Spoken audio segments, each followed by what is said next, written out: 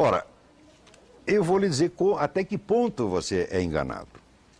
Por exemplo, várias igrejas, igreja católica, luterana, batista, etc., se juntaram para dar um apoio à campanha do desarmamento. Isso é para induzir os fiéis a votar em favor do desarmamento no plebiscito que se anuncia. Tá certo? E o porta-voz desta campanha, porta-voz oficial desta campanha, diz: não, esta será a nossa luta contra as multinacionais. E você acredita?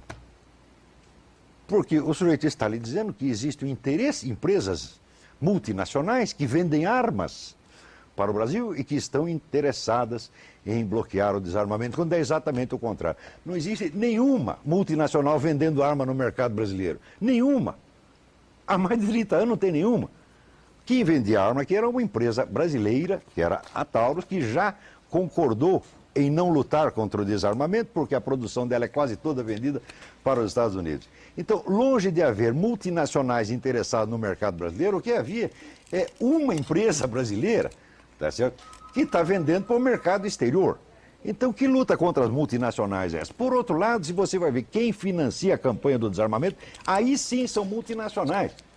Vocês são não só multinacionais, como ONGs internacionais bilionárias, tá certo? Quer dizer, um poder monstruoso envolvendo interesses econômicos extraordinariamente grandes que se une, tá certo, contra alguma outra multinacional, não contra o senhor, que é um proprietário de um revólver calibre 32 ou de uma espingarda de caça calibre 28, tá certo? Essa gente se une contra o senhor e ainda se faz de coitadinhos, como se eles fossem os desamparados e o senhor fosse a multinacional.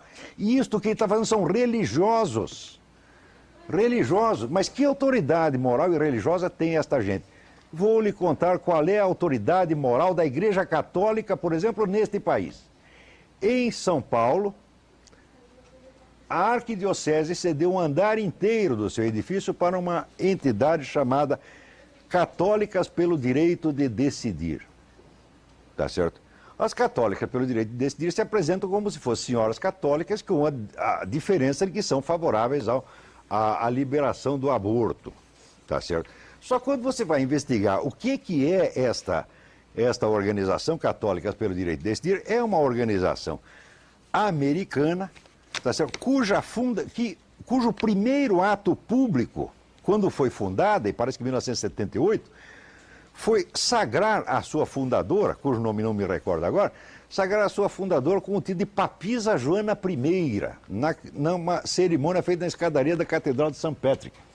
Ou seja, uma coisa mais paródica do que essa não é possível.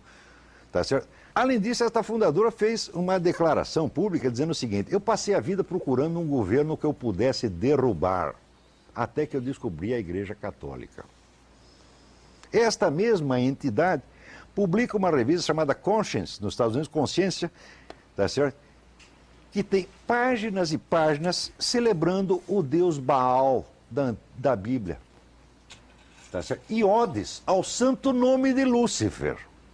É uma entidade satanista que está operando no Brasil, satanista sim, professamente satanista, que opera no Brasil sob a proteção da Arquidiocese de São Paulo. E você vai dizer que esses bispos, esses cardeais, são católicos, são cristãos, são farsantes. Nenhum fiel deve a menor obediência a essas pessoas. São criminosos, mentirosos. Pior, a campanha da fraternidade, com essa aliança espúria com a campanha do desarmamento, que esta sim é uma campanha multinacional, tá certo? É uma campanha contra a soberania nacional.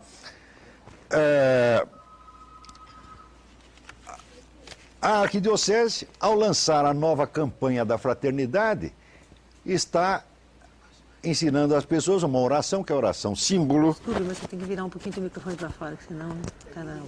É? Tá ruim? Então, ao lançar a campanha da fraternidade, lança a oração símbolo, na qual os fiéis aparecem perante Deus dizendo aqui: estamos aqui desarmados e confiantes. O uso da palavra desarmados, tá certo? É uma mensagem de propaganda embutida na oração. A hora que uma igreja usa uma oração para transmitir propaganda embutida de uma campanha que ela está apoiando, acabou a religião. Não há mais igreja católica no Brasil. Isto é uma farsa. Tá certo? Eu tenho um estudo do padre João Evangelista Martins Terra, já da década de 80, em que ele dizia que a igreja no Brasil era maciçamente cismática e que uma separação total do Vaticano ia acontecer mais dia menos dia.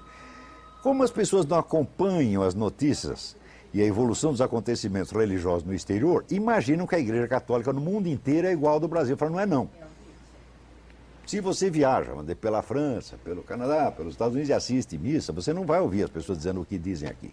A igreja brasileira é diferente dos outros. Tá certo? É a igreja que está maciçamente comprometida com a causa do Foro de São Paulo. Ela não passa de um órgão auxiliar do Foro de São Paulo.